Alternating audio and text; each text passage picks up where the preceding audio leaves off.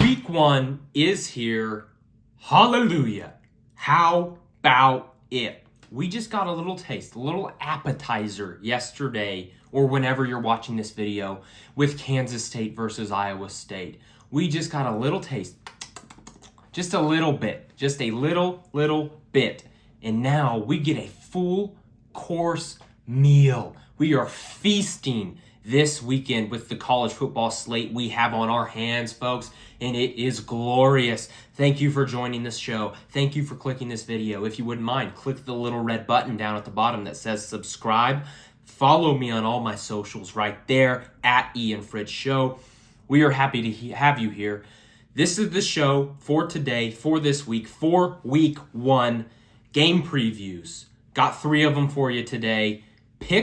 Picking every single top 25 game this weekend. We have a voicemail from a fan, and then we have blank of the week. Gonna kind of try and do that every week. Something of the week to look forward to every single week. Without further ado, we will get into it. Thank you so much for tuning in. We are jumping right in.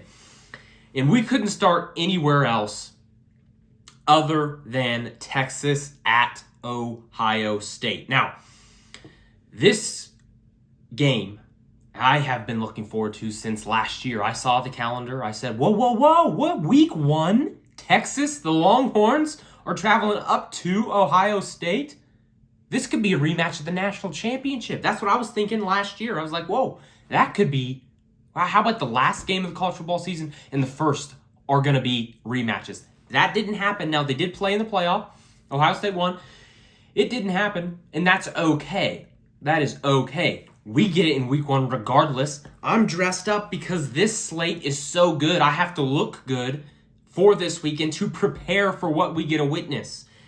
Now, looking at the game, there are no stats to look at. There are no trends to look at from each of these teams. You know why? Because it's week 1. We haven't had a game from either of these teams. We don't know trends. We don't know styles from either of these teams. We don't know what their game plans are going to be. None of that information we have on hand. Now, that doesn't happen until week 3 or 4, where we start to notice some patterns, notice some things that each of these teams do. So what do we talk about in a game preview that we have no information about? Well, I would argue that we do have a lot of information. We have players, we have coaches, we have storylines going in, we have preseason expectations for each of these two teams.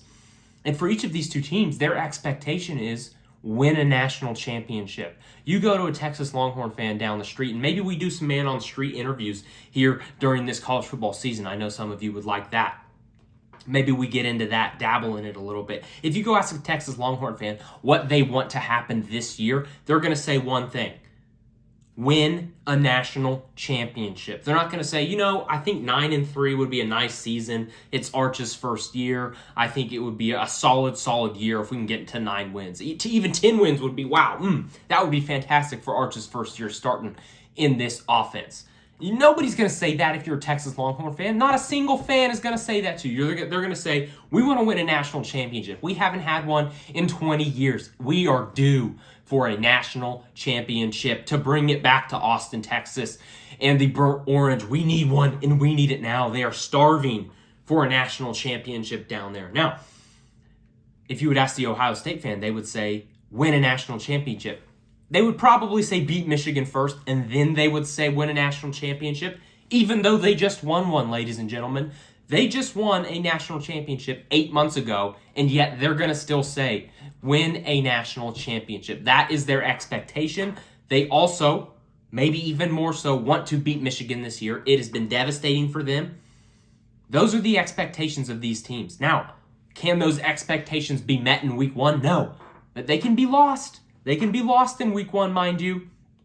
Now, let's look at some storylines for each of these teams, starting with Texas first. Look, Arch Manning, everybody knows who he is. This is his first real road start against a quality opponent. Now, he started a couple games last year when Quinn Ewers was injured. We all understand that. I know that. You know that. Texas fans know that. This man has not played against a meaningful opponent as the starter. He got a couple runs in against A&M and in the playoff and whatnot. Some special packages to capitalize on his mobility. But he has not played on the road at the Horseshoe against the defending national champions. He hasn't done that. He hasn't experienced that atmosphere. How does he handle it? From all the reports, all the people saying things about Arch Manning, it seems like he can handle it. It seems like this is a stand-up guy who has the maturity to be able to handle this atmosphere that he's going to get into in 6 days' time when I'm recording this. He has the ability to weather that storm. That's the reports. Now, reports don't mean anything. You know why? Because they're just reports. We're going to be able to witness on Saturday at 11 a.m., big noon kickoff. We're going to be able to see if Arch Manning is the real deal. We're going to be able to see if he lives up to the hype. And boy, is there a lot of hype. Heisman favorite, national championship favorites, number one team in the country. A lot of hype surrounding these Texas Longhorns. A lot of hype. And it starts with Arch Manning at quarterback. Can he get it done? Now, question mark for Texas. Their defense, I don't really have questions about it. Where I do have questions, skill talent, no questions there. Offensive line, that's my biggest question for the Texas Longhorns. I think Arch is going to be a solid quarterback. I'm not worried about that. Now, what I could be worried about, am I worried about it? I'm not sure. It's just a question. The offensive line, what are they? Are they a top 10 unit? Are they a Joe Moore Award-winning unit? Are they even up for the Joe Moore Award? Are they a top 50 unit in the country? Because they were an exceptional offensive line the past few years. They've lost a lot of experience to the NFL draft. They've lost a lot of starts on that offensive line. Big question mark for the Texas Longhorns, and I think we're going to be able to see just how good they could be against this Ohio State defense. Those are my biggest questions, biggest things to look out for the Texas Longhorns. Shifting to the Ohio State Buckeyes. Home team, already an advantage. Yes, it is. Julian Sayin. His first start at all. Arch Manning over there, Texas Longhorns, he's had a couple starts. Julian Sayin, this guy's got nothing. He's got nothing under his belt. He's played a couple what have you snaps. Hey, just go out there, throw the ball, whatever, hand it off. Doesn't matter because we're up by 55, okay? He's had a couple of those snaps. He hasn't had a snap where, hey, oh, there's Colin Simmons. He's running right at my face on 3rd and long when we need to convert this 3rd and long to go win the game. Uh-oh, Colin Simmons is coming at me. He hasn't had that experience. Can he handle it? Can he handle it? Will Howard handled it beautifully last year. Now, kind of a game manager, get the ball to Jeremiah Smith, get it to Emeka Egbuka, get it to Travion Henderson, get it to all of my guys, and then we can go let the talent win the football game. Are they going to ask Julian Sayin to just get it to their guys, get it to their talent? Or are they going to have him, he's got to go win the game. We don't have as much talent as we did last year. I don't believe that thing. I don't believe that at all. I think Ohio State has just as much talent as they did last year. Julian Sayin could be an upgraded quarterback. He doesn't have the mobility that you would like. He's not a big mobile guy, but reports are, this guy can see the field. He can break it down. He can throw the deep ball. He has all the tools, quarterback-wise, skill-wise, to be a good quarterback. Now, does it all fall apart when you get thrown in the fire and you see Colin Simmons running at you full speed? Can that go down the drain? Yeah, it can. It can go down the drain rather quickly. Now, who needs it more? Who needs to win this game more? I think 95% of the world is in agreement that the Texas Longhorns need to win this one more than the Ohio State Buckeyes. Here's why. All of the preseason hype, you're the number one team in the country. You have the preseason Heisman favorite going into this year. You haven't won a national championship in 20 years, but that's now the expectation. Look, the expectation 8 years ago was we just need to get back. We need to get back. I would say we've arrived, basically. We've arrived. You've been in the playoff 2 straight years. You've won a game. You're getting there, okay? Now the expectation is win a national championship. Ohio State just did that last year. If they don't win one this year, hey, all right, we'll go again next year. But for you, Texas Longhorns, this could be the year. This could be the year. You have to go in there and win at the shoe. You have to win it. Now, with all of that being said, my pick for the game. Who is going to win? I have the Ohio State Buckeyes winning this game. If it was being played in Austin, Texas, I would pick Texas to win. I'm strictly basing this off of home field advantage because of these young quarterbacks, inexperienced. I shouldn't say young. Arch Manning is on the older side of quarterbacks in college football now. Inexperienced is a better word. in these inexperienced quarterbacks, I would pick the home team 10 out of 10 times. The gut is telling me Ohio State will get it done. That is the pick for the 1 versus 3, robbed of a 1 versus 2 matchup, but the 1 versus 3 matchup, Texas at Ohio State. Get hyped for it, folks. Get hyped for it. And you would think, oh, we have a 1 versus 3 matchup. We can't back that up. We don't have another good game the rest of the day. Not so fast, my friend. Tribute, Lee Corso. Rip. Not rip. Not rip. I guess rest in peace on College Game Day because this is his last Saturday to do it. But he's still alive and well. I'm not sure if he's well, but he's still alive. Don't quote me on any of his health stuff. I don't know the man personally. I just love him.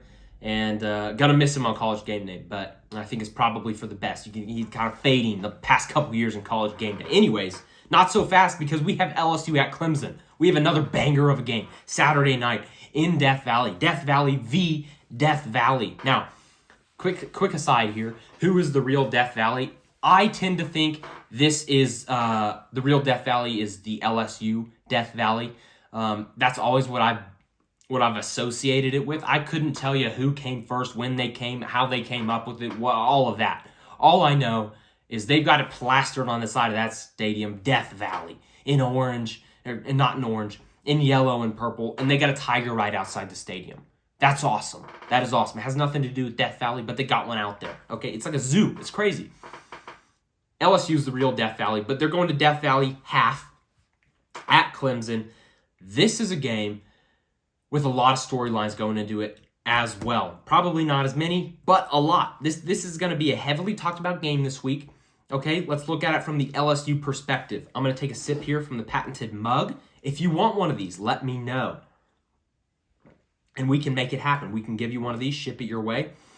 We'll have an email in the description below or a phone. Just send us a message. We will get you a mug on the way. Now, a couple things on the LSU side of things. Brian Kelly, is he able to win a week 1 game? Does he have it in his body? Is it a physical impossibility for him to get his team to win the week 1 matchup?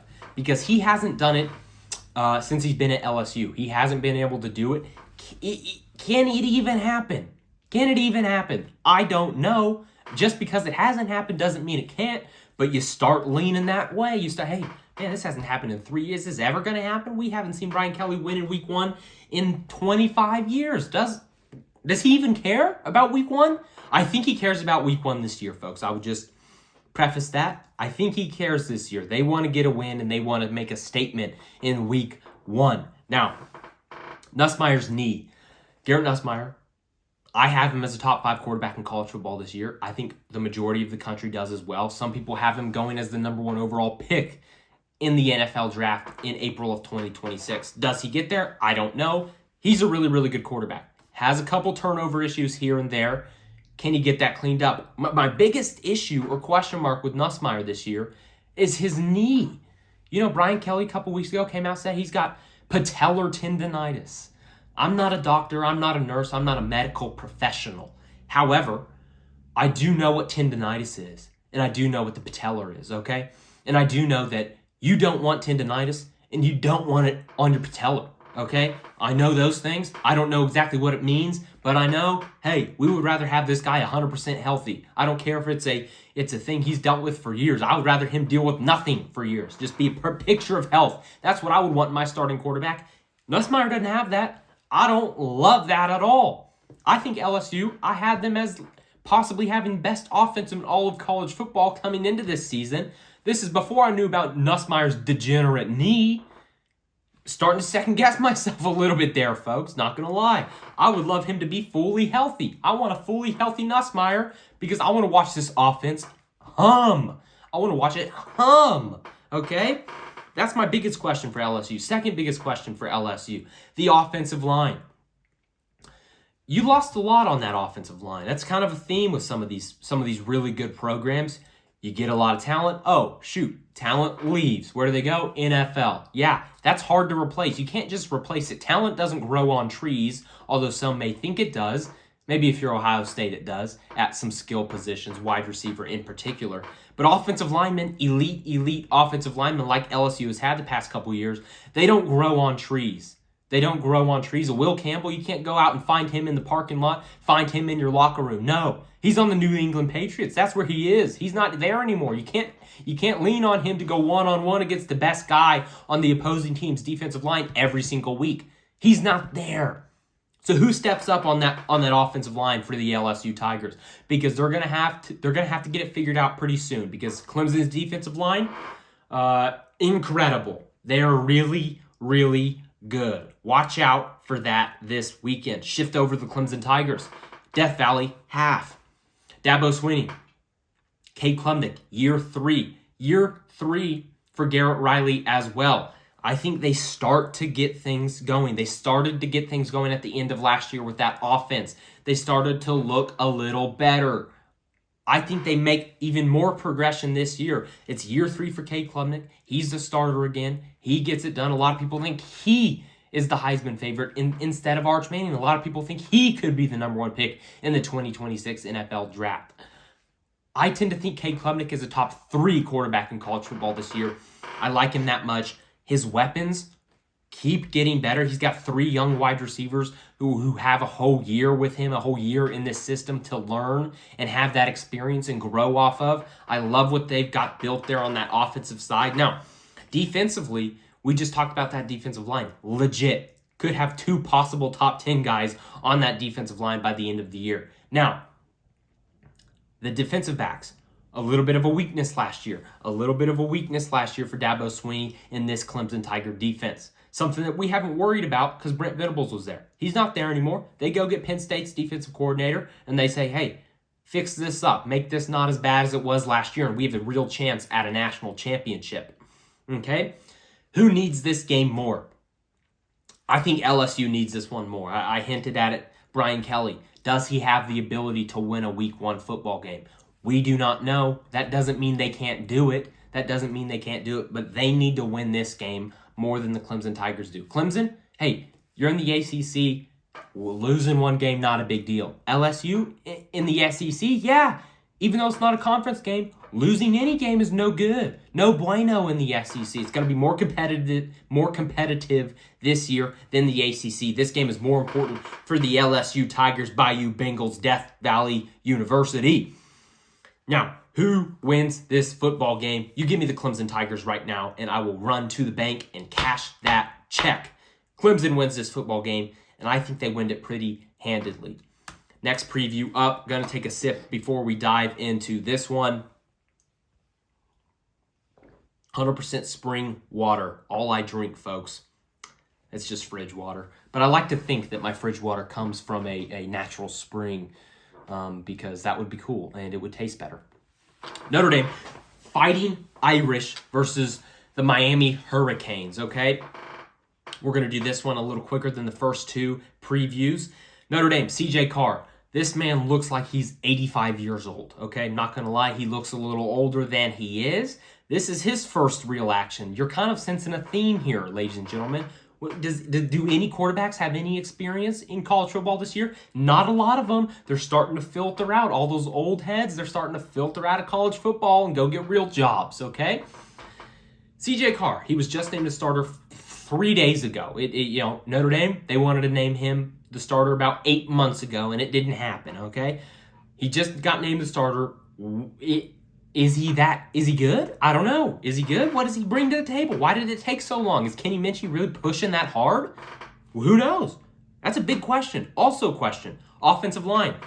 Rumors, reports, tidbits, messages from people seem to think that offensive line could be not as good as it normally is at Notre Dame. Normally you got Joe Moore Award finalist there at Notre Dame.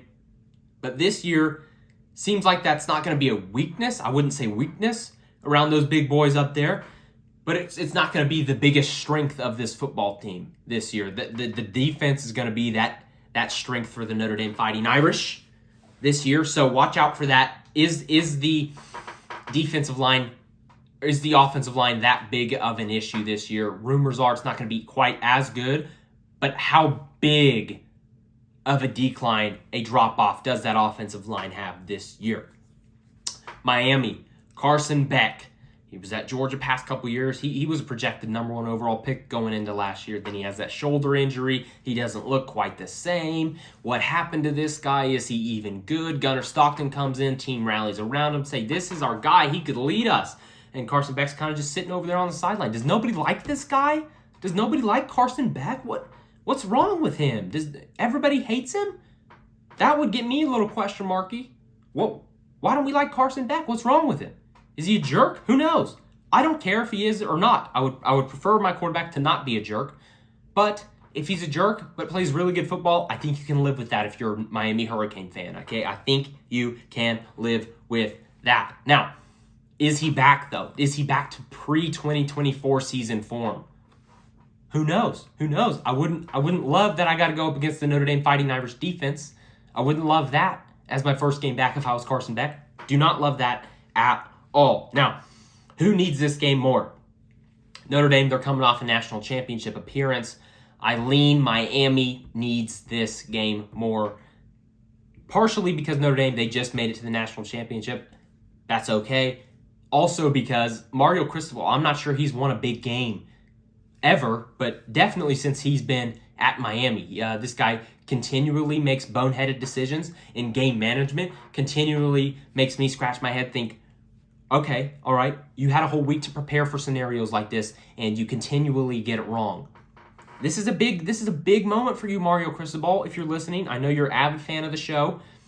This is a big moment for you. Get it together, win this football game, and you can have me say, hey, you got it done, Mario. You got it done. Now, do the Miami Hurricanes get it done this weekend? Sunday night? No, they do not. I have Notre Dame winning this football game, and I like them to win it relatively close. I'm not confident in this pick at all.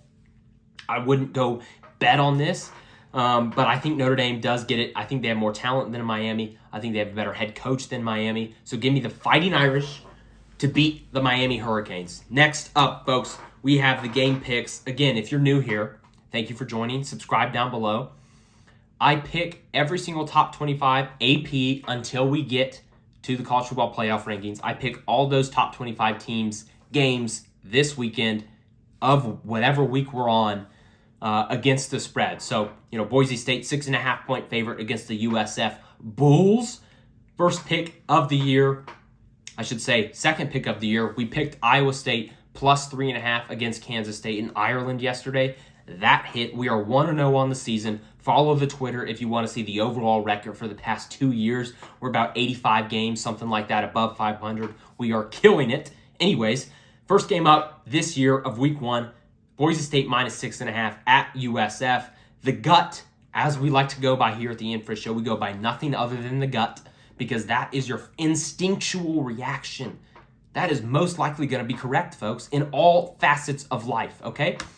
We're going to USF plus 6.5. I don't know if they win. I don't really care, but I like 6.5 at home. They're a talented football team. Give me Illinois minus 46.5. A lot of points. Talented team. They're also playing this team. Blanking on the name. Sick logo, though. Texas at Ohio State. Already told you I think Ohio State wins. Minus 1.5. You got to win by 2. I think they can. Syracuse versus Tennessee. Minus 13.5 for the Volunteers. Neutral site game. Not really a neutral site game. It's in Atlanta.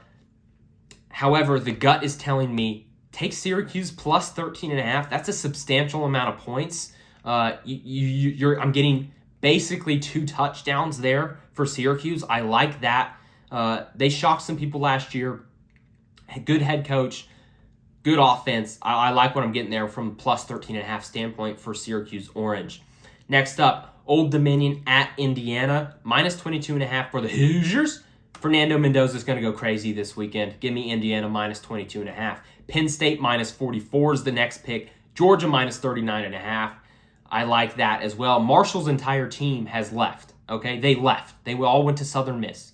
Marshall basically doesn't have a team. Georgia minus. I'm amazed that this is not higher than 39.5. That doesn't make any sense to me. They could have 3 defensive touchdowns. Is a real possibility. Alabama at Florida State minus 13.5 for the Crimson Tide, the road team.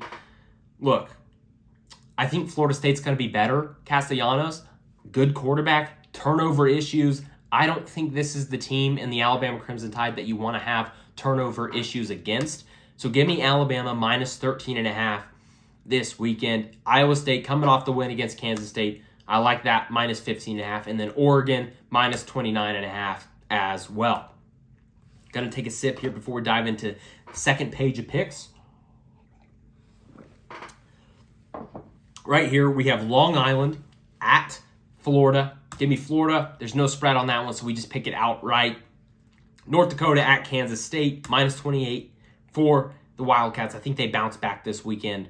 UTSA at Texas A&M. I love 22.5. Look, the Roadrunners, they're a good football team, but I'm higher than most on the Aggies this year. Marcel Reed, look for a huge game from him this weekend. LSU at Clemson. Already told you I think Clemson's going to win, but I think they also cover the 4 points. Illinois State at Oklahoma, minus 35.5 for the Sooners. I think they win by possibly 55 this weekend. That's how high I am on the Sooners. Give me the minus 35.5, and I will take it all day. Michigan, I'm also going to take that minus 37. New Mexico's not a very good football team. This one did give me a little pause, but then that gut feeling kept coming back. It kept saying, no. Bryce Underwood, he's going to have a good debut. He is going to have a good debut. A debut, if you will. Give me Texas Tech there. Ole Miss minus 38. Lane Kiffin loves to cover the spread.